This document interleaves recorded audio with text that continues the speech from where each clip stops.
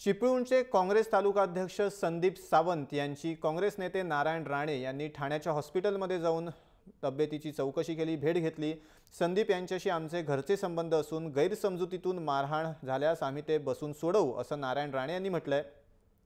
नारायण राणेंचे पुत्र निलेश राणेंनी संदीप सावंत यांना मारहाण केल्याचा आरोप आहे आणि तशी तक्रार देखील पोलीस ठाण्यात दाखल करण्यात आली आहे। राणेंनी घेतलेल्या भेटीनंतर संदीप सावंत यांनी देखील समाधान व्यक्त केले।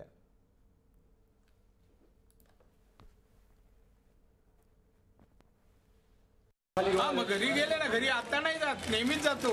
आणि निलेश ऐकून घ्या, निलेशचीच गाडी त्यांच्याकडे होती। विधानसभेला निलेश राणेंनीच्या शिफारशीवर तिकीट मिळाली होती। आमचा कार्यकर्ता घरी येणं जाणं आहे। मी बोलो ना, घरोबाईचे संबंध आहे। मारहाण झाली की नाही त्याची पोलीस चौकशी करतायत, डॉक्टर करतायत। खरं किती मारहाण झाली, लागलं वगैरे त्याचा रिपोर्ट आल्यानंतर मी बोलेन। कोणतीही मदत करायला मी तयार आहे। आमचा कार्यकर्ता आहे, मदत करायला तयार आहे। गैरसमजुतीमुळे काय झालं असेल तेही आम्ही अंतर्गत बसून मी त्यांचा आभारी आहे, सांगितलं मेलो होतो वाचवला, आभारी आहे। का केलं ते विचारलं त्यांनी, माझीच इच्छा होती त्यांनी फक्त प्रत्यक्ष माझी हालत काय ती बघावी।